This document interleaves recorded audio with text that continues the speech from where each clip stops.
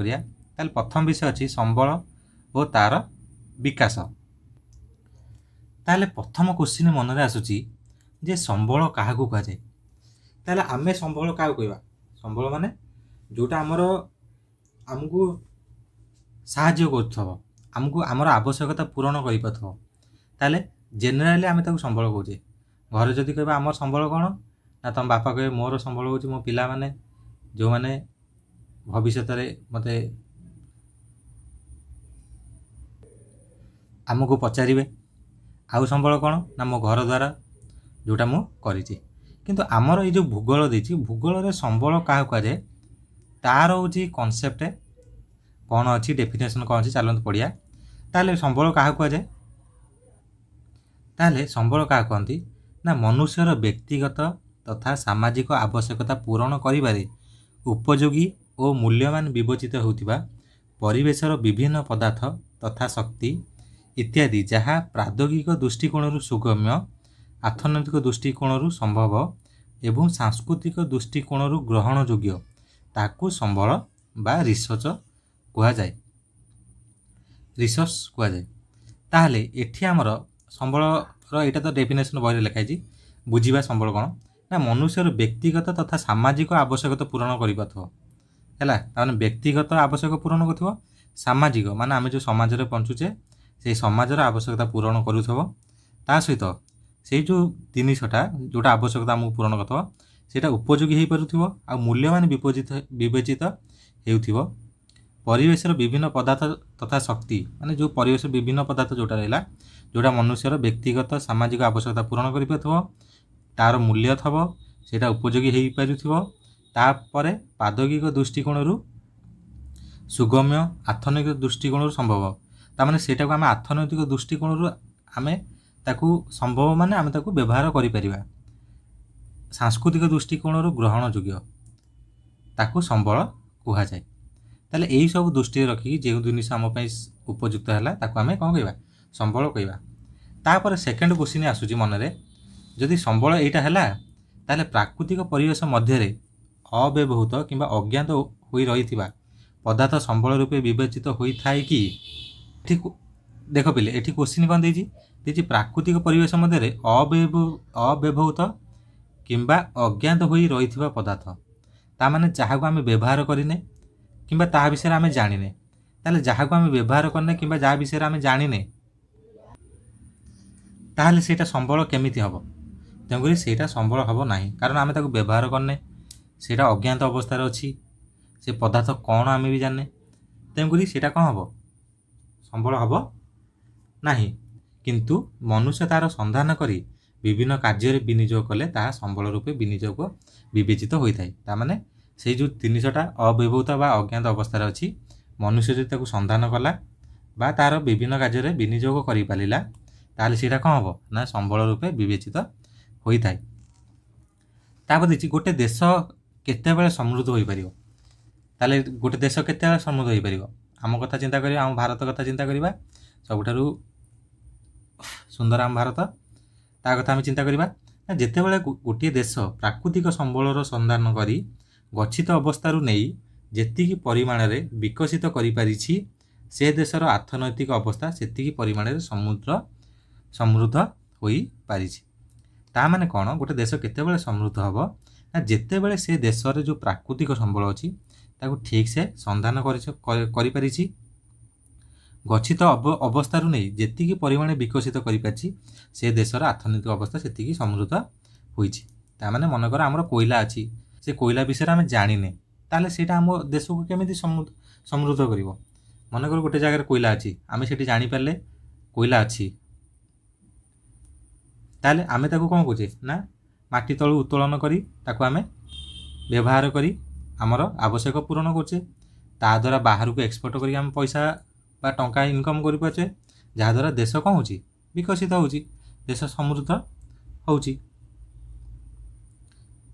तेणुकरी संबल जो है दी प्रकार आसला व्यवहार उपयोगी अनुसार गोटा को सीधा सड़क व्यवहार कराऊँगी गोटे संबल किसी संबल अच्छी जोटा सीधा सड़क व्यवहार कराऊँगी आउ गोटे संबल विभिन्न उपाय रूपांतरण करी व्यवहार उपयोगी करा संबल जो रहा किसी संबल को आम डायरेक्ट व्यवहार करछे बा सीधा सड़क आउ किछि कौन करछे ना रूपांतरण करछे रूपांतरण करी व्यवहार करूचे ताले ये जो रूपांतरण प्रक्रिया कहा कहा कहा कहा द्वारा होता है ना ये जो रूपांतर प्रक्रिया प्राकृतिक परिवेश रे प्रकृति द्वारा होता है मनुष्य द्वारा प्राद्योग्य अनुष्ठान मध्य थिबा परस्पर निर्भरशीलता उपरे निर्भर करिथाए कोटा ना जो रूपांतरण प्रक्रिया संबलर रूपांतरण हुए केमिति एई ग्राफटा को बुझिबा देख मनुष्य एठी रहला प्रकृति रे एठी जिनसटे मिलुची मनकर कोयला मिलुची ताकू मनुष्य कौन कला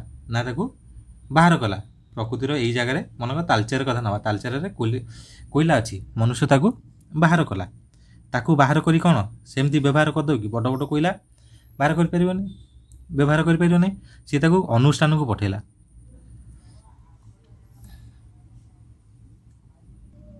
अनुष्ठान को पठेला देख एठी तीनटा जाक ये चारोटी जाक प्रकृति प्राद्योग्य अनुष्ठान मनुष्य ए माने परस्पर सहित कौन निर्भरशील है तेणु रूपांतरण यही प्रक्रिया द्वारा हम मनुष्य अनुष्ठान को पठेला सेठी कौन हम ना सेठू तार मैन्युफैक्चर हम ताकू छोट कोयला परिणत करा तादर अन्य कौन पदार्थ बाहर तापर से चारिआडे कौन हम ना पठिया जोटा कहते एक्सपोर्ट कहते जहाँद्वारा आम गोटे जो कोयला पाई बड़ कोयला पाई ताकू छोट छोट पीस करी रूपांतरण करी व्यवहार करें कि पेट्रोलियम कथा चिंता कर दियो पेट्रोलियम प्रकृति अच्छी ताकू आम पाइले मनुष्य ताकू नहीं शिल्प कल कारखाना देला सेठू पेट्रोल डीजेल किरोसिनी यहाँ होगी आसिकी आमर व्यवहार उपयोगी लगिला तेणुक व्यवहार उपयोगी होता संबल हो पारा तापर कहीं मनुष्य को मानव संबल भाव में ग्रहण कराई पिले देख यहाँ हूँ आम नोट लिखीचु केवल तेणु बहीर प्रत्येक लाइन रे को ये कनसेप्ट क्लीयर कराई केवल जो गुड़ाक मेन टॉपिक जो गुड़ाक एग्जाम आसो जो गुड़ाक हूँ इम्पोर्टाट से गुड़ाक हूँ डिस्कसन कराई ताले कहीं मनुष्य को मानव संबल भाव में ग्रहण कराई ना अर्थनैतिक भूगोल में मनुष्य द्वारा उत्पादन बंटन अर्थनैतिक माने कौन ना अर्थनीति भूगोल अर्थनीति आम भूगोल अर्थनीति अच्छी इकोनोमी अच्छी अर्थनैतिक भूगोल मनुष्य द्वारा उत्पादन हुए बंटन हुए व्यवहार हुए क्षय प्रभृति समस्त प्रक्रिया समाहित होइतबारु मनुष्य को मानव संबल भाव में ग्रहण करा जायछि ता माने ये जो अर्थनैतिक भूगोल रहा बा इकोनोमिकल जियोग्राफी जोटा रहा आमर सेटारे कौन कहुई ना मनुष्य द्वारा उत्पादन हुए बंटन व्यवहार हुए क्षय प्रभृति समस्त प्रक्रिया समाहित होइतबारु मनुष्य को संबल रूप में कौन कराई ना ग्रहण करा तेणुक कहीं मनुष्य को मानव संबल भाव में ग्रहण कराई तार आंसर पाइपर बर्तमान सेकेंड आसूची संबलर दुईटी विशेषत्व अच्छी है मेन कनसेप्ट चलीगला बर्तमान संबल विषय पूरा पढ़ा संबलर दुईटी विशेषत्व अच्छी गोटे हूँ उपयोगिता बा जहाँ इंग्लीश रे यूटिलिटी कहती आउ गोटे हूँ कार्यदक्षता बा जहाँ फंक्शनालिटी बोली कहती तेणु गोटे उपयोगिता आउ गोटे हूँ कार्यदक्षता उपयोगिता कौन ना संबल मनुष्यर व्यवहार उपयोगी होगा आवश्यक ताने आम जो जिनटा को जो वस्तु को पदार्थ को आम माटी तलू बाहर करवा प्रकृति आनिबा सेटा मनुष्यर प्रथम हूँ उपयोगी व्यवहार उपयोगी होगा आवश्यक है जदि व्यवहार उपयोगी ना ताको आम संबल केमिति कहबा जेमिति कि मनकर हूँ प्रकृति मनकर बड़ पत्थर पड़ी विराट पत्थर पड़ी ताकू किसी व्यवहार होनी ताको आम संबल केमिति कहबा कहीपर किंतु ताकू आम से संबल कहबा ना जितेबाला आम आनिकी क्रसर चूना कणी छोट छोट पीस करी आम रास्ता घाट तैयारी कर पारे घर द्वार तैयारी कर पारे ताले सेटा गोटे संबल हो किंतु खाली व्यवहार न होइकी पड़ी रहिले सेटा संबल हेब ना ताले उपयोगिता हूँ प्रथम मनुष्यर व्यवहार उपयोगी होगा आवश्यक द्वितीय हूँ कार्यदक्षता कार्यदक्षता कौन ना संबल विभिन्न प्रक्रिया माध्यम मनुष्यर आवश्यकता पूरण करिबारे सहायक होगा आवश्यक है ताले कार्यदक्षता कौन ना संबल विभिन्न प्रक्रिया माध्यम मनुष्यर आवश्यकता पूरण करिबारे सहायक होगा आवश्यक है सेटा हूँ कार्यदक्षता माने विभिन्न प्रक्रिया माध्यम जेकोसी प्रक्रिया हो मनुष्यर आवश्यकता को पूरण करूथब ताले गोटे है उपयोगिता आ गोटे है कार्यदक्षता तापर हूँ संबलर प्रकार भेद ताले संबलर प्रकार भेद ये आरंभ है प्रथम हूँ कर अच्छी प्रकृति अनुसार संबल को केते भाग विभक्त कराई ना 3 भाग विभक्त कराई कौन ना प्रथमटा हूँ प्राकृतिक संबल द्वितीय हूँ सांस्कृतिक संबल आ तृतीय हूँ मानव संबल। ताहले प्रथम पढ़िया प्राकृतिक संबल बा जोटा को इंग्लिश कहते नेचुरल रिसोर्सेस ना प्रकृति रे थिबा। अच्छा देख ये प्राकृतिक संबल डेफिनेशन जना पड़ी संबलटा प्राकृतिक होइतबो माने प्रकृति रे मिलुथिबो। ताहले प्रकृति रे थिबा जेउ पदार्थ बा शक्ति द्वारा मनुष्य प्रत्यक्ष और परोक्ष भाव उपकृत होता है सेगुड़ी को प्राकृतिक संबल कहा जाए। तामाने जो संबल द्वारा प्रकृति रे थिबा जेउ पदार्थ बा शक्ति द्वारा मनुष्य प्रत्यक्ष और परोक्ष भाव उपकृत होता है सेगुड़ी को प्राकृतिक संबल कहा जाए। जमीक भूमि मृत्तिका अरण्य वन्यप्राणी जल वायु खनिज पदार्थ शक्ति एगुड़ा सब गोटे गोटे हूँ प्राकृतिक संबल। तापर है सांस्कृतिक संबल आम क्या कहवा सांस्कृतिक संबल जहाँ इंग्लिश कहते कल्चरल रिसोर्सेस ना मनुष्य निजर दक्षता और कारीगरी ज्ञान कौशल माध्यम प्राकृतिक संबल को रूपांतरण करी किंबा सेहीपरि भाव में विभिन्न उपाय व्यवहार उपयोगी करी रूपांतरित संबल को सांस्कृतिक संबल कहुए। तामाने मनुष्य सांस्कृतिक संबल क्या कहती ना मनुष्य निजर दक्षता और कारीगरी ज्ञान कौशल माध्यम प्राकृतिक संबल को रूपांतरण करी बा सेहीपरि भाव में कौन करी ना परिवर्तन करी विभिन्न उपाय व्यवहार उपयोगी करी ताकू कौन कहती ना कहती सांस्कृतिक संबल। जेमितिकी शिल्प शिल्प कौन ये जो शिल्प कलकारखाना यहाँ कौन हो प्रकृति में मिले कि आम तैयारी करचे शिक्षा व्यवस्था आम रूपांतरण करचे स्वास्थ्य आम तैयारी करचे गमनागमन वाणिज्य एगुड़ा सब आम कौन ना प्राकृतिक संबल को लेकिन आम ज्ञान कौशल द्वारा ताको आम तैयारी करचे यहाँ कहते सांस्कृतिक संबल। तापर थर्ड रहा जोटा रहा मानव संबल बा ह्यूमन रिसोर्सेस रहा ना मनुष्य को स्वतंत्र भाव एक विशिष्ट संबल भाव विवेचना करा जाए।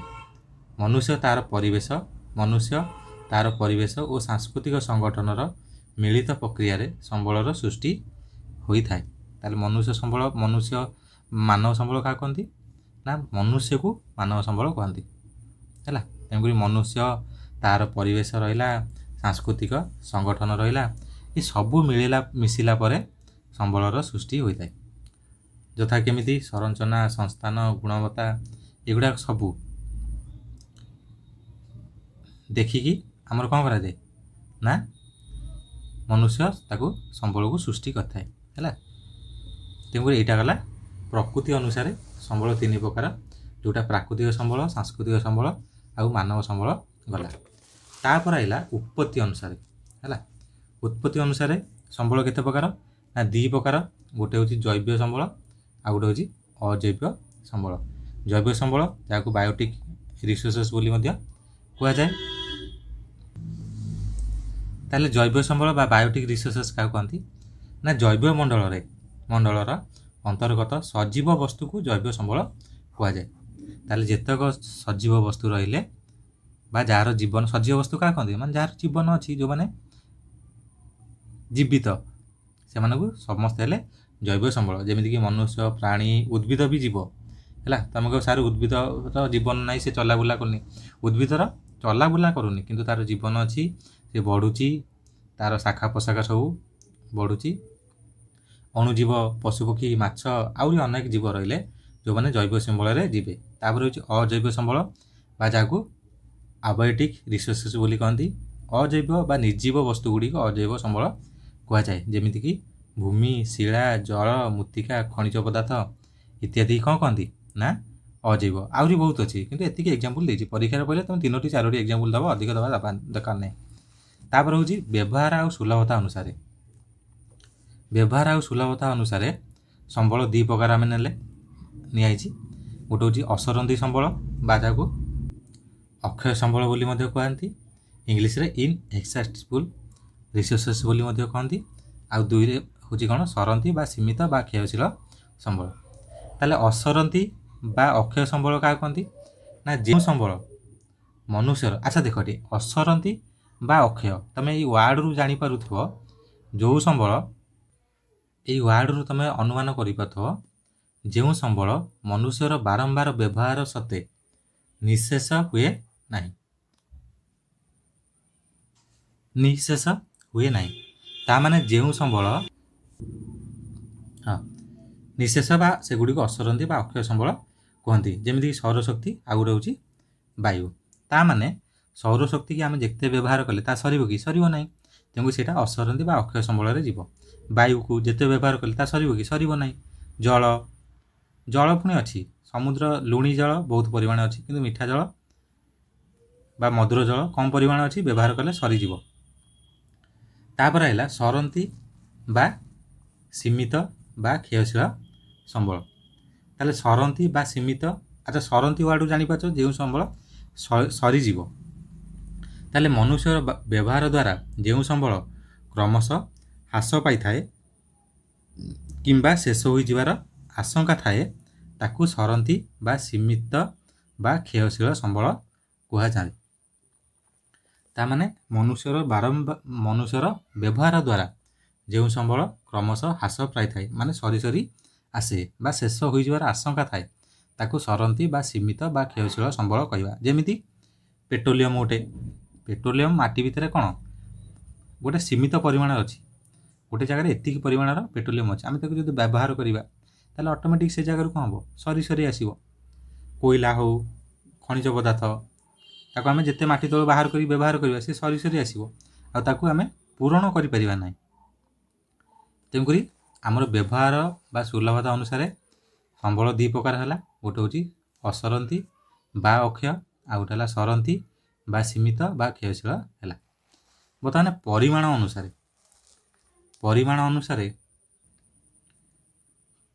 ଅନୁସାରେ ସମ୍ବଳ ଦୁଇ ପ୍ରକାର। ଗୋଟେ ହେଉଛି ଅପୂରଣୀୟ ସମ୍ବଳ, ଆଉ ଗୋଟେ ହେଉଛି ପୂରଣୀୟ ସମ୍ବଳ। ଅପୂରଣୀୟ ସମ୍ବଳ ମାନେ କେଉଁଟା? ଯେଉଁ ସମ୍ବଳକୁ ମନୁଷ୍ୟର ବ୍ୟବହାର ଦ୍ୱାରା ସମ୍ପୂର୍ଣ୍ଣ ଶେଷ ହୋଇଯାଏ ଏବଂ ପୁନଃ ସୃଷ୍ଟି କରାଯାଇ ପାରିବ ନାହିଁ। ଅପୂରଣୀୟ ପରା ହେଲା ମାନେ ସେ ଜାଗାକୁ ପୂରଣ କରାଯାଇ ପାରିବ ନାହିଁ, ସେ ସମ୍ବଳକୁ ପୂରଣ କରାଯାଇ ପାରିବ ନାହିଁ ବା ପୁନଃ ସୃଷ୍ଟି କରାଯାଇ ପାରିବ ନାହିଁ। ତାକୁ କହନ୍ତି ଅପୂରଣୀୟ ସମ୍ବଳ କୁହାଯାଏ। ଯେମିତିକି ଖଣିଜ ପଦାର୍ଥ, ଖଣିଜ ତୈଳ, କୋଇଲା, ଏଗୁଡ଼ା ସବୁ କ'ଣ ବ୍ୟବହାର ହୋଇଗଲେ ଏଗୁଡ଼ା ସବୁ ପୂରଣ କରିବା ପାଇଁ ଲକ୍ଷ ଲକ୍ଷ ବର୍ଷ ଲାଗିବ। ତେଣୁକରି ସାଥି ବା କମ୍ ସମୟରେ ଏଗୁଡ଼ାକ ପୂରଣ ହେବ ନାହିଁ। ତାପରେ ସେକେଣ୍ଡ ରହୁଛି ଅବିରାମ ସମ୍ବଳ ବା ପୂରଣୀୟ ସମ୍ବଳ। ତାହେଲେ ପୂରଣୀୟ ସମ୍ବଳରୁ ଜାଣିପାରୁଛ ଯେଉଁ ସମ୍ବଳ ମନୁଷ୍ୟର ବ୍ୟବହାର ଦ୍ୱାରା ଯେଉଁ ସମ୍ବଳର ପରିମାଣ କୌଣସି ହ୍ରାସ ପରିଲକ୍ଷିତ ହୋଇନଥାଏ ବା ତାକୁ ଅବିରାମ ବା ପୂରଣୀୟ ସମ୍ବଳ କୁହାଯାଏ। ଯେମିତିକି ସୌରଶକ୍ତି, ଭୂତାପୀୟ ଶକ୍ତି, ଜୁଆର ଶକ୍ତି, ପବନ ଶକ୍ତି, ଏଗୁଡ଼ାକ କ'ଣ? ଏଗୁଡ଼ାକ ବ୍ୟବହାର ଯେତେ କଲେ ମଧ୍ୟ ଏଇଟା କ'ଣ ହେବ ନା ପୂରଣ ହୋଇଯିବ, ସେ ଜାଗା ସେ ସମ୍ବଳ ପୂରଣ ହୋଇଯିବ। ତେଣୁକରି ସେଇଟା କହନ୍ତି ପୂରଣୀୟ ସମ୍ବଳ। ଆକୁ ମଧ୍ୟ ଆମେ ଅସରନ୍ତି ସମ୍ବଳ ବୋଲି ମଧ୍ୟ କହିପାରିବା। ଏଇ ଯେଉଁ ଗୁଡ଼ାକ ଅସରନ୍ତି ସମ୍ବଳ ବୋଲି ମଧ୍ୟ ଆମେ କ'ଣ କହିପାରିବା, କାରଣ ଏଇ ସମ୍ବଳ ଗୁଡ଼ାକ ଆମେ ସରିବନି ନା। ଯଦି ପରୀକ୍ଷାରେ ପଡ଼ିଲା ପୂରଣୀୟ ସମ୍ବଳକୁ ଆଉ କ'ଣ କହନ୍ତି ନା ଅସରନ୍ତି ସମ୍ବଳ ମଧ୍ୟ କହନ୍ତି। ତାପରେ ଭରଣ ଅନୁସାରେ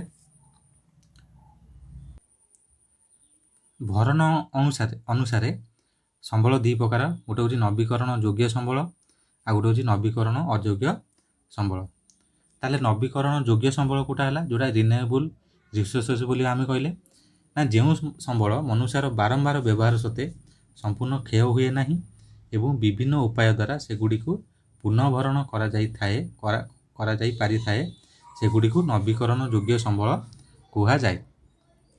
ତା ମାନେ ଯେଉଁ ସମ୍ବଳ ମନୁଷ୍ୟର ବାରମ୍ବାର ବ୍ୟବହାର ସତ୍ତ୍ୱେ କ୍ଷୟ ହୁଏ ନାହିଁ ବା ସରେ ନାହିଁ, ଯଦି ବି ସରିଗଲା ତାକୁ ଆମେ କୌଣସି ନା କୌଣସି ଉପାୟ ଦ୍ୱାରା କ'ଣ କରିପାରିବା ନା ପୁନଃଭରଣ କରାଯାଇପାରେ, ସେଗୁଡ଼ିକୁ ନବୀକରଣ ଯୋଗ୍ୟ ସମ୍ବଳ କହନ୍ତି। ଯେମିତିକି ଜଙ୍ଗଲଜାତ ପଦାର୍ଥ, ପ୍ରାଣୀଜାତ ପଦାର୍ଥ, କୃଷିଜାତ ପଦାର୍ଥ ହେଲା। ଏମାନେ କ'ଣ ଜଙ୍ଗଲଜାତ ପଦାର୍ଥ? ଜଙ୍ଗଲରୁ ମନେକର ଏ ବର୍ଷ କ'ଣ ବାହାରିଲା, ମନେକର ବାହାରିଲା, ମନେକର ଝୁଣା ବାହାରିଲା କି କାଠ ବାହାରିଲା, ସେଗୁଡ଼ା କ'ଣ ନା ଆମେ ବ୍ୟବହାର କଲେ, ପୁଣି ଗଛ ଲଗାଇଲେ, ପୁଣି ଝୁଣା ହେଲା, ପୁଣି କାଠ ବାହାରିଲା, ତାକୁ ଆମେ ପୁଣି ବ୍ୟବହାର କରିପାରିଲେ। ସେହିପରି ଜଳ ମୃତ୍ତିକା ପ୍ରାକୃତିକ ଉପାୟରେ ଭରଣ ହୋଇଥାଏ। ତାପରେ ନବୀକରଣ ଅଯୋଗ୍ୟ ସମ୍ବଳ ବା ଯେଉଁଟାକୁ ଆମେ କହୁଛେ ନନ୍ ରିନ୍ୟୁଏବଲ୍ ରିସୋର୍ସ ବୋଲି କହୁଛେ, ନା ଯେଉଁ ସମ୍ବଳ ମନୁଷ୍ୟର ଅନବରତ ବ୍ୟବହାର ଦ୍ୱାରା ବା ଅନ୍ୟାନ୍ୟ କାରଣ ଦ୍ୱାରା ହ୍ରାସ ପାଇଲେ ବା ନଷ୍ଟ ହୋଇଗଲେ ଆଉ ସେଗୁଡ଼ିକର ପୁନଃଭରଣ ସମ୍ଭବ ହୋଇନଥାଏ, ସେଗୁଡ଼ିକୁ ନବୀକରଣ ଅଯୋଗ୍ୟ ସମ୍ବଳ କୁହାଯାଏ। ତାର ନବୀକରଣ ଅଯୋଗ୍ୟ ମାନେ କ'ଣ ନା ଯେଉଁ ସମ୍ବଳ ମନୁଷ୍ୟର ଅନବରତ ବ୍ୟବହାର ଦ୍ୱାରା ବା କୌଣସି ପ୍ରାକୃତିକ କାରଣ ହେଉ ବା କୌଣସି କାରଣରୁ ନଷ୍ଟ ହୋଇଗଲେ ସେଗୁଡ଼ିକ ଆଉ ପୁନଃଭରଣ ହୋଇପାରିବ ନାହିଁ, ସେଗୁଡ଼ା କହିବା ଆମେ କ'ଣ ନବୀକରଣ ଅଯୋଗ୍ୟ ସମ୍ବଳ କହିବା। ତା ଭିତରେ କିଏ ହେଲା କୋଇଲା, ପେଟ୍ରୋଲିୟମ ଏଗୁଡ଼ାକ ଆସିଲା। ତାପରେ ପୁନରୁଦ୍ଧାର ଯୋଗ୍ୟ ସମ୍ବଳ, ଏଇଠି ଗୋଟେ ଟର୍ମ ଆସୁଛି ପୁନରୁଦ୍ଧାର ଯୋଗ୍ୟ ସମ୍ବଳ। ନା କେତେକ କ୍ଷେତ୍ରରେ ଅଦରକାରୀ ଧାତବ ପଦାର୍ଥ ଗୁଡ଼ିକୁ ବିଭିନ୍ନ ଯାନ୍ତ୍ରିକ ପଦ୍ଧତିରେ ପୁନଃ ଚକ୍ରୀୟ ପ୍ରକ୍ରିୟା ଦ୍ୱାରା ଆଉ ଥରେ ବ୍ୟବହାର ଯୋଗ୍ୟ କରାଯାଇଥାଏ, ଏହାକୁ ପୁନରୁଦ୍ଧାର ଯୋଗ୍ୟ ସମ୍ବଳ କୁହାଯାଏ। ଯେମିତିକି ଭୂମି, ମୃତ୍ତିକା, ଲୁହା, ଆଲୁମିନିୟମ, ତମ୍ବା ହେଲା, ଆକୁ କ'ଣ ଆମେ ନା ଥରେ ବ୍ୟବହାର କଲେ ଆଉ ଥରେ ମଧ୍ୟ ତାକୁ ଚକ୍ରୀୟ ଉପାୟରେ ବ୍ୟବହାର କରିପାରିବା। ଲୁହାଟା ମନେକର ଆମେ ବ୍ୟବହାର କଲେ, ଗ୍ରିଲ୍ କରିଦେଲେ, ସେ ଜଙ୍ଗ ଖାଇଗଲା, ତାକୁ ଆମେ କବାଡ଼ିବାଲା ଯେଉଁ ଗାଁକୁ ଆସୁଛନ୍ତି ତାକୁ ଦେଇଦେଲେ, ସିଏ ପୁଣି ନେଇକି ତାକୁ ପରିଷ୍କାର କରି ପୁଣି ଲୁହାରେ ମାନେ ଭଲ ଲୁହା ତିଆରି କରି ତା ଦେହରୁ ଆମକୁ ପୁଣି ଗ୍ରିଲ୍, କବାଟ କିମ୍ବା ଯେକୌଣସି ଜିନିଷ ତିଆରି କରିକି ଦେଉଛନ୍ତି। ତେଣୁ ଏଇଟା ପୁନରୁଦ୍ଧାର ଯୋଗ୍ୟ ସମ୍ବଳ। ତାପରେ ଆସିଲା ପୁନରୁଦ୍ଧାର ଅଯୋଗ୍ୟ ସମ୍ବଳ। ନା ଯେଉଁ ନବୀକରଣ ଅଯୋଗ୍ୟ ସମ୍ବଳ ଗୁଡ଼ିକ ପୁନରୁଦ୍ଧାର କରାଯାଇପାରେ ନାହିଁ ସେଗୁଡ଼ିକୁ ପୁନରୁଦ୍ଧାର ଅଯୋଗ୍ୟ ସମ୍ବଳ କୁହାଯାଏ। ତାହେଲେ କ'ଣ ନା ଯେଉଁ ନବୀକରଣ ଅଯୋଗ୍ୟ ସମ୍ବଳ ଗୁଡ଼ିକ ପୁନରୁଦ୍ଧାର କରାଯାଇପାରି ନାହିଁ, ମାନେ ତାକୁ ଆଉ ବ୍ୟବହାର କରାଯାଇପାରିବ ନାହିଁ, ତାକୁ ଆମେ କହିବା ପୁନରୁଦ୍ଧାର ଅଯୋଗ୍ୟ ସମ୍ବଳ। ଯେମିତି କୋଇଲା, ପେଟ୍ରୋଲିୟମ, ଏଇଟା ନଷ୍ଟ ହୋଇଗଲେ ଆମେ ଆଉ ତାକୁ ଉଦ୍ଧାର କରିପାରିବା ନା ଆଣିପାରିବା ନା ତିଆରି କରିପାରିବା, ତେଣୁକରି ସେଇଟା ହେବ। ତାପରେ ବଣ୍ଟନ ଆଉ ବିତରଣ ଅନୁସାରେ ଇଏ ଖାଲି ହେଉଛି କ'ଣ ପଡ଼ିବ ନା କ ସ୍ତମ୍ଭ ଖ ସ୍ତମ୍ଭ ପଡ଼ିପାରେ, ନହେଲେ 2 ମାର୍କ୍ସ ପଡ଼ିପାରେ, ନହେଲେ ଅବଜେକ୍ଟିଭ କ୍ୱେଶ୍ଚିନ୍ ପଡ଼ିପାରେ, ଏକ ମାରିକା ପଡ଼ିପାରେ। ତାହେଲେ ବଣ୍ଟନ ଅନୁସାରେ ବା ବିତରଣ ଅନୁସାରେ ଗୋଟେ ହେଉଛି ସର୍ବତ୍ର ସୁଲଭ ସମ୍ବଳ, ଆଉ ଗୋଟେ ହେଉଛି ସ୍ଥାନୀୟ ସମ୍ବଳ। ତାହେଲେ ଯେଉଁ ସମ୍ବଳ ଗୁଡ଼ିକ ଭୂପୃଷ୍ଠରେ ସବୁଠାରେ ମିଳିଥାଏ ସେଗୁଡ଼ିକୁ ସର୍ବତ୍ର ସୁଲଭ ସମ୍ବଳ କୁହନ୍ତି। ତାମାନେ ସବୁ ଜାଗାରେ ମିଳୁଥିବ ଯେଉଁଟା, ଏଇଟା ହେଲା ସର୍ବତ୍ର ସୁଲଭ ସମ୍ବଳ। ଯେମିତିକି ଭୂମି, ଜଳ, ବାୟୁ, ଏଇଟା ସବୁ ଜାଗାରେ ମିଳୁଛି। ସ୍ଥାନୀୟ ସମ୍ବଳ ବା ଲୋକାଲାଇଜ୍ଡ ରିସୋର୍ସେସ୍, ଯେଉଁ ସମ୍ବଳ ଗୁଡ଼ିକ ଭୂପୃଷ୍ଠର କେତେକ ନିର୍ଦ୍ଦିଷ୍ଟ ସ୍ଥାନରେ ସୀମିତ ଭାବେ ମିଳିଥାଏ ସେଗୁଡ଼ିକୁ ସ୍ଥାନୀୟ ସମ୍ବଳ କୁହାଯାଏ, ଯେମିତିକି ଖଣିଜ ପଦାର୍ଥ। ତାହେଲେ ଯେଉଁ ସମ୍ବଳ ଗୁଡ଼ିକ ଭୂପୃଷ୍ଠର କେତେକ ନିର୍ଦ୍ଦିଷ୍ଟ ସ୍ଥାନରେ ସୀମିତ ଭାବେ ମିଳିଥାଏ ସେଗୁଡ଼ିକୁ ସ୍ଥାନୀୟ ସମ୍ବଳ କୁହାଯାଏ, ଯେମିତି ଖଣିଜ ପଦାର୍ଥ ଗୋଟାଏ ଜାଗାରେ ଭୂପୃଷ୍ଠରେ ମିଳେ ନା, ଯେମିତିକି ଆମ ତାଳଚେରରେ କୋଇଲା ଅଛି, ସେ ପର୍ଟିକୁଲାର ସେ ଗୋଟାଏ ଅଞ୍ଚଳରେ ମିଳୁଛି ନା ନାହିଁ, ପୃଥିବୀର ବିଭିନ୍ନ ଜାଗାରେ ମିଳୁଛି, କିନ୍ତୁ ଆମେ ଯଦି ଓଡ଼ିଶାରେ କହିବା କୋଇଲା କେଉଁଠି ମିଳୁଛି ତୁମେ କ'ଣ କହିବ? ତାଳଚେର କହିବ। ତାମାନେ ତାଳଚେରଟା ଗୋଟେ କୋଇଲା, ସେଠି ହେଉଛି କ'ଣ ଗୋଟେ ସ୍ଥାନୀୟ ସମ୍ବଳ ହେଇଗଲା। ତାପରେ ହେଉଛି ବିକାଶ ଅନୁସାରେ ସମ୍ବଳ କେତେ ପ୍ରକାର। ତାପରେ ବିକାଶ ସ୍ତର ଅନୁସାରେ 6 ନମ୍ବର ବିକାଶ ସ୍ତର ଅନୁସାରେ ସମ୍ବଳକୁ 4 ଭାଗରେ ବିଭକ୍ତ କରାଯାଇଛି। ଗୋଟେ ହେଉଛି ଗଚ୍ଛିତ ସମ୍ବଳ, ସମ୍ବଳ ଭଣ୍ଡାର, ବିକଶିତ ସମ୍ବଳ, ଆଉ ଗୋଟେ ଅଛି କ'ଣ ନା ସଂରକ୍ଷିତ ସମ୍ବଳ। ତାହେଲେ ବିକାଶ ସ୍ତର ଅନୁସାରେ ଗଚ୍ଛିତ ସମ୍ବଳ ବା ଯାହା କହନ୍ତି ପୋଟେନ୍ସିଆଲ ରିସୋର୍ସେସ୍ ବୋଲି ମଧ୍ୟ କହନ୍ତି, ଯେଉଁ ସମ୍ବଳ ପ୍ରକୃତିର ଗ୍ରନ୍ଥାଗାରରେ ଅବ୍ୟବହୃତ ଅବସ୍ଥାରେ ରହିଛି ତାହାକୁ ପଚ୍ଛନ୍ନ ସମ୍ବଳ ବା ଗଚ୍ଛିତ ସମ୍ବଳ କୁହାଯାଏ। ତାହେଲେ ଯେଉଁ ସମ୍ବଳ ପ୍ରକୃତିର ଗ୍ରନ୍ଥାଗାରରେ ଅବ୍ୟବହୃତ ଅବସ୍ଥାରେ ରହିଛି, ମାନେ ତାକୁ ବ୍ୟବହାର କରାଯାଇ ନାହିଁ, ତାହେଲେ ଆମେ ତାକୁ କ'ଣ କହିବା? ପଚ୍ଛନ୍ନ ସମ୍ବଳ ବା ଗଚ୍ଛିତ ସମ୍ବଳ କହିବା ହେଲା। ତାହେଲେ ମାନେ ଗଚ୍ଛିତ ହେଇକି ଅଛି, ଯେମିତିକି ଗୁଜୁରାଟରେ ସୌରଶକ୍ତି ଅଛି, ରାଜସ୍ଥାନରେ ପବନ ଶକ୍ତି, ମାତ୍ର ଏହାର ଯଦି କିନ୍ତୁ ଏହାର କ'ଣ ବିକାଶ କରାଯାଇ ନାହିଁ, କିନ୍ତୁ ମାତ୍ର ଏହାର ଉପଯୁକ୍ତ ବିକାଶ କରାଯାଇପାରି ନାହିଁ। ଯେମିତିକି ସମୁଦ୍ର ତଳେ ଥିବା ଖଣିଜ ପଦାର୍ଥ, ଆମର ଯେଉଁ ଅଛି ଆରବ ସାଗର ଅଛି, ଆରବ ସାଗରରେ ବହୁତ ଖଣିଜ ପଦାର୍ଥ ଅଛି, କିନ୍ତୁ ସେଟାକୁ ବର୍ତ୍ତମାନ ସୁଦ୍ଧା ବିକାଶ କରାଯାଇପାରି ନାହିଁ, ତାଦ୍ୱାରା ସେଠି ଯେଉଁ ପେଟ୍ରୋଲିୟମ ଗୁଡ଼ାକ ଅଛି ତାକୁ ଆମେ ବାହାର କରିପାରୁନାହିଁ। ତେଣୁକରି ଏଇଟା ହେଲା ଗଚ୍ଛିତ ଅନୁସାରେ। ତାପରେ ସମ୍ବଳ ଭଣ୍ଡାର ଅନୁସାରେ ଆଉ ବିକଶିତ ସମ୍ବଳ ଅନୁସାରେ ଏଇଟା କରି ଦେଖିବା। ସମ୍ବଳ ଭଣ୍ଡାର ବା ଷ୍ଟକ୍ କହିବା ନା ପରିବେଶରେ ଥିବା ପଦାର୍ଥ ଯେଉଁଗୁଡ଼ିକ ମନୁଷ୍ୟର ଆବଶ୍ୟକତା ପୂରଣ କରିପାରିବ, ମାତ୍ର ଆଜିର ଜ୍ଞାନ କୌଶଳ ଅନୁସାରେ ସେଗୁଡ଼ିକର ବ୍ୟବହାର ହୋଇପାରୁନାହିଁ, ଏଭଳି ପଦାର୍ଥ ସମ୍ବଳ ଭଣ୍ଡାରର ଅନ୍ତର୍ଭୁକ୍ତ।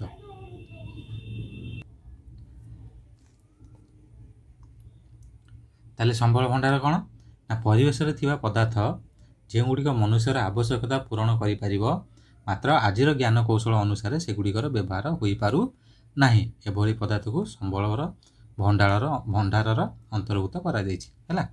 ତାମାନେ ଯେଉଁଟା ଭବିଷ୍ୟତରେ କ'ଣ କରାଯିବ ନା ମନୁଷ୍ୟର ଆବଶ୍ୟକତା ପୂରଣ କରାଯିବ କିନ୍ତୁ ବର୍ତ୍ତମାନ ତାକୁ କ'ଣ କରୁନି ନା ବ୍ୟବହାର ଉପଯୋଗୀ କରାଯାଇପାରୁନି ତାମାନେ ସେଇଟା ଭଣ୍ଡାର ହେଇକି ଅଛି ଷ୍ଟକ୍ ହେଇକି ଅଛି ତାକୁ ଭବିଷ୍ୟତରେ କ'ଣ କରାଯିବ ବ୍ୟବହାର କରାଯିବ। ତାପରେ ହେଲା ବିକଶିତ ସମ୍ବଳ ଯେଉଁଟା କହନ୍ତି ଡେଭଲପ୍ଡ ରିସୋର୍ସେସ୍ ବୋଲି ମଧ୍ୟ କହନ୍ତି ନା ଯେଉଁ ସମ୍ବଳ ବ୍ୟବହାର ଉପଯୋଗୀ କରାଯାଇପାରିଛି ତାକୁ ବିକଶିତ ସମ୍ବଳ କୁହାଯାଏ। ଯେମିତିକି ଜଳବିଦ୍ୟୁତ୍ ଶକ୍ତି ଆମେ ଜଳରୁ ବିଦ୍ୟୁତ୍ ଶକ୍ତି ପାଉଛେ ଅରଣ୍ୟ ଖଣିଜ ପଦାର୍ଥ ଏଗୁଡ଼ା ସବୁ କ'ଣ ବିକଶିତ କରାଇ ତା'ର ବ୍ୟବହାର କରାଯାଇପାରୁଛି ତେଣୁକରି ସେଗୁଡ଼ାକୁ ଡେଭଲପ୍ଡ ରିସୋର୍ସେସ୍ ବା ବିକଶିତ ସମ୍ବଳ ବୋଲି ଆମେ କହୁଛେ। ତାପରେ ହେଲା 4ରେ ସଂରକ୍ଷିତ ସମ୍ବଳ। ତାପରେ 4 ହେଲା ସଂରକ୍ଷିତ ସମ୍ବଳ ବା ରିଜର୍ଭ ବୋଲି ଆମେ କହୁଛେ ନା ଯେଉଁ ସମ୍ବଳ ଗୁଡ଼ିକର ସନ୍ଧାନ ମିଳିପାରିଛି ମାନେ ଯେଉଁ ସମ୍ବଳ ଗୁଡ଼ିକ ସନ୍ଧାନ ମିଳିପାରିଛି ମାତ୍ର ବ୍ୟବହାର ଉପଯୋଗୀ ହୋଇପାରି ନାହିଁ କିନ୍ତୁ ଭବିଷ୍ୟତରେ ବ୍ୟବହାର ଉପଯୋଗୀ ହେବାର ଆଶା ଅଛି ସେଗୁଡ଼ିକୁ ସଂରକ୍ଷିତ ସମ୍ବଳ କୁହାଯାଏ। ତାମାନେ ଯେଉଁ ସମ୍ବଳ ଗୁଡ଼ିକ ସନ୍ଧାନ ମିଳିପାରିଛି ମାତ୍ର ବ୍ୟବହାର ଉପଯୋଗୀ ହେଇପାରି ନାହିଁ ହେଲା ତାକୁ ଆମେ କ'ଣ କହୁଛେ ସଂରକ୍ଷିତ ସମ୍ବଳ ବୋଲି କହୁଛେ ବା ରିଜର୍ଭ କରାଇକି ତାକୁ ରିଜର୍ଭ କହୁଛେ ବା ତାକୁ ଆମେ ରଖିଛେ ହେଲା। ଯେମିତିକି ପ୍ରବାହିତ ଜଳ ଦ୍ୱାରା ବିଦ୍ୟୁତ୍ ଉତ୍ପାଦନ ପାଇଁ ବ୍ୟବହାର ହୋଇପାରି ନାହିଁ ବହୁ ଜାଗାରେ ହେଲେ କିନ୍ତୁ ବହୁ ଜାଗାରେ ବି ହେଇପାରୁନାହିଁ ତାକୁ ମଧ୍ୟ ବ୍ୟବହାର ଉପଯୋଗୀ କରାଯାଇପାରିବ ଭବିଷ୍ୟତରେ। ତାପରେ ଆସିଲା ମାଲିକାନା ଅନୁସାରେ ସମ୍ବଳ ଆସିଲା 4 ପ୍ରକାର। ଗୋଟେ ହେଉଛି ବ୍ୟକ୍ତିଗତ ସମ୍ବଳ ବା ଇଣ୍ଡିଭିଜୁଆଲ ରିସୋର୍ସେସ୍ ଆଉ ଗୋଟେ ହେଉଛି ଗୋଷ୍ଠୀଗତ ସମ୍ବଳ ବା ଯେଉଁଟା କମ୍ୟୁନିଟି ରିସୋର୍ସେସ୍ ଆଉ ଗୋଟେ ହେଉଛି ଜାତୀୟ ସମ୍ବଳ ଯେଉଁଟା ନ୍ୟାସନାଲ୍ ରିସୋର୍ସେସ୍ ଆଉ ଗୋଟେ ହେଉଛି ଅନ୍ତର୍ଜାତୀୟ ସମ୍ବଳ ବା ଇଣ୍ଟରନ୍ୟାସନାଲ୍ ରିସୋର୍ସେସ୍ ବୋଲି ଆମେ କହିବା। ତାପରେ ମାଲିକାନା ଅନୁସାରେ ଫାଷ୍ଟ ହେଉଛି ବ୍ୟକ୍ତିଗତ ସମ୍ବଳ ନା ବ୍ୟକ୍ତିଗତ ସମ୍ବଳକୁ ତୁମେ ଜାଣିପାରୁଛ ଯେଉଁ ସମ୍ବଳ ନିଜସ୍ୱ ଅଧିକାରରେ ରହିଛି ମାନେ ନିଜର ଅଧିକାରରେ ରହିଛି ବା କୌଣସି ବ୍ୟକ୍ତିର ନିଜସ୍ୱ ସମ୍ବଳ ଯେଉଁଟା ସେଇଟା ହେଉଛି ବ୍ୟକ୍ତିଗତ ସମ୍ବଳ ତାକୁ ବ୍ୟକ୍ତିଗତ ସମ୍ବଳ କୁହାଯାଏ। ଯେମିତିକି ଚାଷ ଜମି ଗୃହ ରୋପଣ କୃଷି ଭୂମି ପୁଷ୍କରଣୀ ବା ପୋଖରୀ ଏଗୁଡ଼ା ସବୁ ବ୍ୟକ୍ତିଗତ ସମ୍ବଳ। ତାପରେ ହେଉଛି ଗୋଷ୍ଠୀଗତ ସମ୍ବଳ ବା କମ୍ୟୁନିଟି ରିସୋର୍ସେସ୍। ଗୋଷ୍ଠୀଗତ ମାନେ କ'ଣ ଗୋଷ୍ଠୀ କହିଲେ 1ରୁ ଅଧିକ ଲୋକ କୌଣସି ଗୋଷ୍ଠୀର ସମସ୍ତ ବ୍ୟକ୍ତିଙ୍କର ସମୂହ ମାଲିକାନା ଥିବା ସ୍ଥାବର ଅସ୍ଥାବର ସମ୍ପତ୍ତିକୁ ଗୋଷ୍ଠୀଗତ ସମ୍ବଳ ବୋଲି ମଧ୍ୟ ଆମର କୁହାଯାଏ। ଯେମିତିକି ଗୋଚର ଭୂମି ହେଲା ସମସ୍ତେ ସେଠି ଗାଈ ଚରାଇବାକୁ ନେଲେ ମଶାଣି ହେଲା ସମସ୍ତେ ସେଠିକି ଶବ ପୋଡ଼ିବାକୁ ନେଲେ ପୋଖରୀ ସମସ୍ତେ ଗାଧେଇଲେ କୂପ ସମସ୍ତେ ସେଠୁ ପାଣି ନେଲେ ଖେଳ ପଡ଼ିଆ ଗାଁର ଗୋଟେ ଗୋଷ୍ଠୀର ଲୋକ ସେଠି ଖେଳିଲେ। ତାପରେ ହେଉଛି ଆସିଲା ଆମର କ'ଣ ଜାତୀୟ ସମ୍ବଳ କେଉଁଟା ହେଲା ବା ନ୍ୟାସନାଲ୍ ରିସୋର୍ସେସ୍ ନା ଦେଶର ଜାତୀୟ କହିଲେ କ'ଣ ନ୍ୟାସନାଲ୍ ବା ଆମ ଦେଶ ଆମର ନ୍ୟାସନାଲ୍ ଦେଶର ଭୌଗୋଳିକ ସୀମାରେଖା ମଧ୍ୟରେ ଥିବା ସମସ୍ତ ପ୍ରାକୃତିକ ସମ୍ବଳ ସାଂସ୍କୃତିକ ସମ୍ବଳ ମାନବ ସମ୍ବଳ ଇତ୍ୟାଦିକୁ ଜାତୀୟ ସମ୍ବଳ କୁହାଯାଏ। ତାହା ମାନେ ଜାତୀୟ ସମ୍ବଳ କହିଲେ ଦେଶର ଭୌଗୋଳିକ ସୀମାରେଖା ଆମର ଯେଉଁ ଦେଶ ଅଛି ଭାରତ ଅଛି ତା'ର ସୀମା ପ୍ରତ୍ୟେକ ଦେଶ ତା'ର ସୀମାରେଖା ମଧ୍ୟରେ ଯେତେକ ସମ୍ବଳ ରହିଲା ପ୍ରାକୃତିକ ସାଂସ୍କୃତିକ ମାନବ ଯାହା ରହିଲା ସବୁ ଜାତୀୟ ସମ୍ବଳ ଯିବ। ତାହେଲେ ଦେଶର ସମ୍ବଳ ଉପରେ ଦେଖ ଏଠି ଗୋଟେ ସର୍ଟ କ୍ୱେଶ୍ଚନ୍ ଦେଶର ଡ୍ୟାସ୍ ସମ୍ବଳ ଉପରେ ଦେଶର ସମୃଦ୍ଧି ଓ ବିକାଶ ନିର୍ଭର କରିଥାଏ ତୁମେ ଏଠି ଲେଖିବ ଜାତୀୟ ସମ୍ବଳ ହେଲା ଦେଶର ଜାତୀୟ ସମ୍ବଳ ଉପରେ ଦେଶର ସମୃଦ୍ଧି ବିକାଶ ନିର୍ଭର କରିଥାଏ। ଯେମିତିକି ରାସ୍ତାଘାଟ କେନାଲ କରିବା ରେଳପଥ ଖଣିଜ ପଥ ଜଳ ଅରଣ୍ୟ ବନ୍ୟପ୍ରାଣୀ ଏପରିକି ଉପକୂଳ ଠାରୁ ସମୁଦ୍ର ଆଡ଼କୁ ପ୍ରାୟ 12 ନଟିକାଲ ମାଇଲ ଦୂରତା ଜଳଭାଗ ଏହି ସମ୍ବଳର ଅନ୍ତର୍ଗତ। ଆମର ଉପକୂଳ ଅଛି ମନେକର ପୁରୀ କଥା ଚିନ୍ତା କରିବା ପୁରୀ ହେଉ କିମ୍ବା ଯେକୌଣସି ପିଲାଙ୍କର ବାଲେଶ୍ୱର ଗଞ୍ଜାମ କିମ୍ବା ଆମର ଜଗତସିଂହପୁର ରହିଲା ତାପରେ କେନ୍ଦ୍ରାପଡ଼ା ରହିଲା ତମେମାନେ ମଧ୍ୟ କମେଣ୍ଟ କରିପାରିବ ଯେ କାହାର କେଉଁ ଜିଲ୍ଲା ହେଲା। ତାହେଲେ ସେଇ ଯେଉଁ ସମୁଦ୍ର